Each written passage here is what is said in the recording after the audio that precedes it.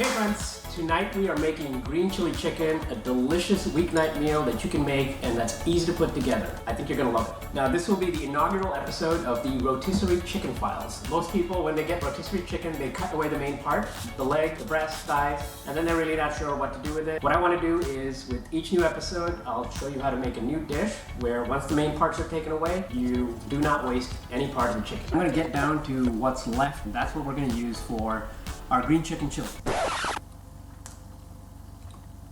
Oh, wait, I'm getting distracted. Now I've separated most of the chicken from what was remaining. If you want to use all of the chicken that you bought, here's what I recommend. You take the carcass and you put it into a freezer bag. You can put it in the freezer, and when you feel that you have enough, you can make your own chicken stock and you will have literally used all of the rotisserie chicken. Mocha always gets his share. As you can see, I have 2 fat jalapenos here. If you want it spicy, I would not de-seed them, but I am serving this to a mixed audience, so I'm going to proceed to de-seed them. If anyone wants it spicier, they can add heat back after serving. A little tip, if you don't already know, without actually touching the white flesh and the seeds, which are the hottest part of the pepper, you can obviously wear gloves. Otherwise, you can take a small teaspoon and then just scrape the interior walls out. Now you have the de-seeded jalapeno.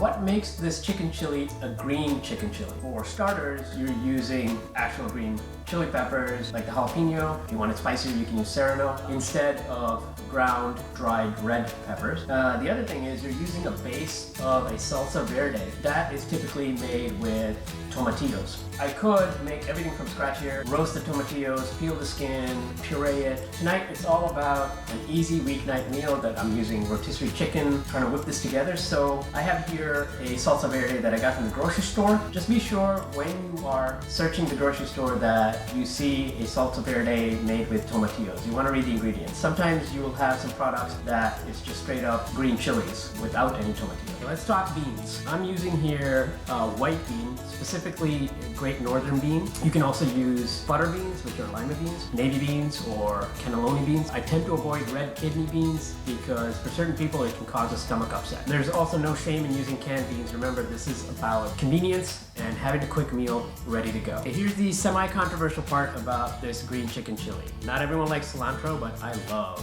cilantro. I like to use a good amount of it, including the stem. Gives a nice additional texture when you cut it up small. If you don't like cilantro, I don't know why, but if you don't, you can swap this out with Italian parsley.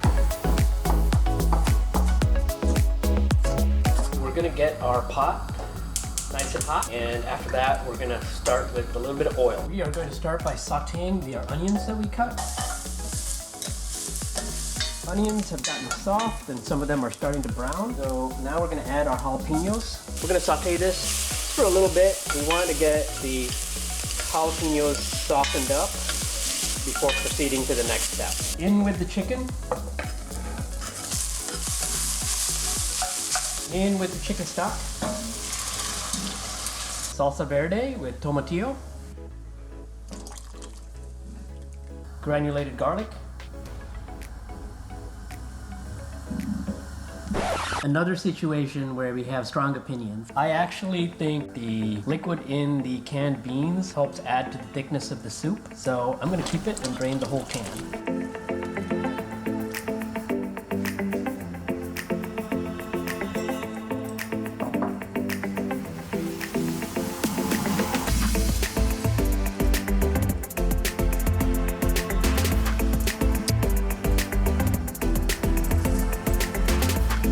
Bring this to a boil and then start simmering until you get it at the level of thickness that you want. Then we're going to finish with our fresh herbs and some lime juice. We're going to let this cook for a bit.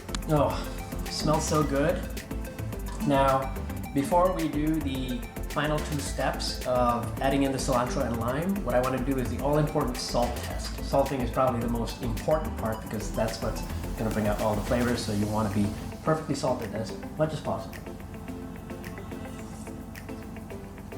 I was gonna add some lime juice, but I feel like that brand of salsa verde that I put in there seems to have lime juice in there already. So I don't think I'm gonna need the lime juice.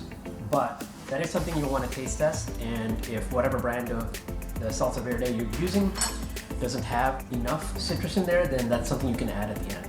So now I'm gonna finish this chili here with some chopped fresh cilantro. You can completely omit it, or if you want a replacement, I recommend chopped Italian parsley.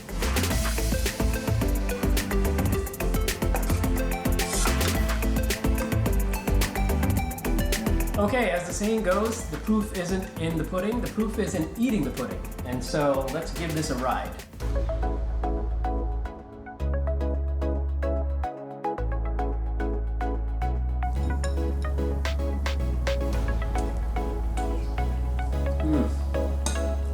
If you're looking for a change up from your standard red chili, this is a great citrusy, herbal, green chili focused chili. As you can see, we used all of the rotisserie chicken. Nothing was wasted. After I collect a couple more of the rotisserie chicken bones from future purchases, I can also make a stock. So everything got used. This is delicious, super easy to make. I welcome you to try it.